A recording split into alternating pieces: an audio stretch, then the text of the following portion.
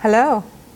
Today we're going to speak about resentment towards others, especially others from our past, specifically our parents, or someone who did something to us that we resent even into adulthood. We chose very difficult upbringings, and we chose those very difficult upbringings to increase our desire. When we have strong desire, we quickly expand the universe. So we chose these difficult situations so we could expand the universe quickly. When we encounter contrast, our desire increases. We become more sensitive to our alignment and our misalignment.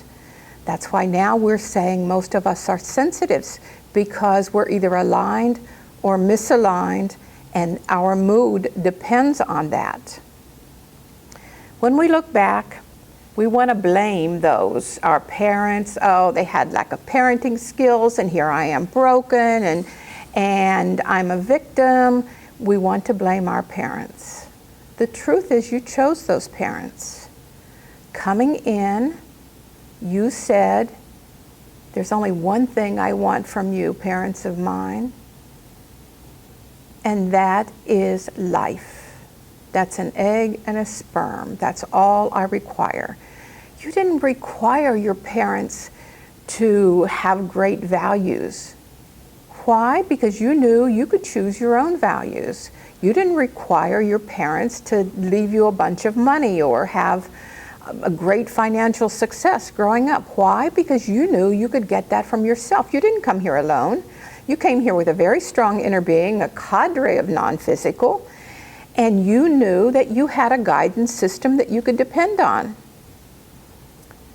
So when we look back and we say, oh, you're damaged goods, you're broken, we become resentful.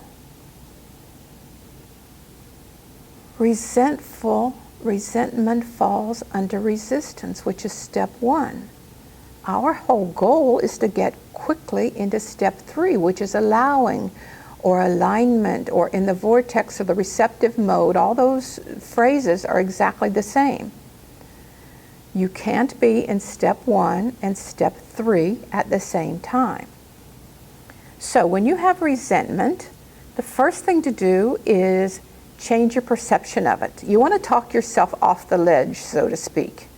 You want to change, the whole world is perceptual, so you want to change your perception of what happened. And your own peace of mind in this now moment depends on that. So, knowing that you obligated your parents to give you only life, that changes your perception. You chose the situation you came into. So, you knew you were source energy, you had your non-physical behind you, you had your inner being with you, and you knew you'd make your own values, your own choices.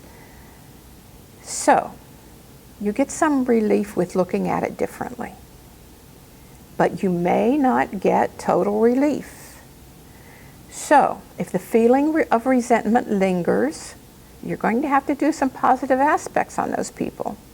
If you can't do positive aspects, or for some reason you can't find a positive aspect, you've got to withdraw the condemnation. Abraham doesn't use the word forgiveness. Abraham says, withdraw the condemnation.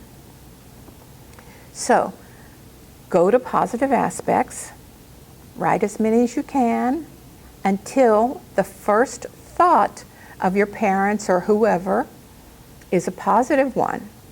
You don't have to write them if you can say them in your head. But it may take you a day, it may take you 3 days, it may take you 30 minutes. I changed my first thought of my mother with one positive aspect. So it doesn't take a week, a month. So not only are you going to feel relief after that, you've avoided this big ball of resentment playing out in your current, now, and future relationships. Leave the past where it belongs. Do you know Source has no memory? If you want to be in alignment with Source, don't have a memory. Source doesn't think or imagine you as damaged or broken, even though you did. You've got to get rid of that. Don't waste yours by living, don't waste your time, your life, by living what was. You're going to have a good week this week. Go forth and prosper.